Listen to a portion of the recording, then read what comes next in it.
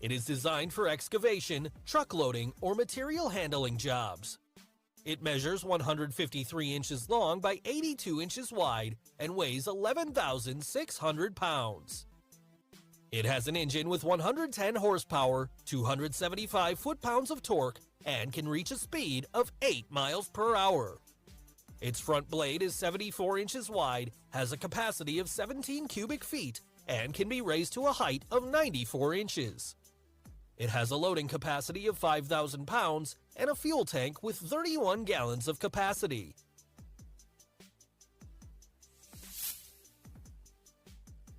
Number 1. ASV RT120. It is a heavy-duty, durable skid steer loader that's made in the United States.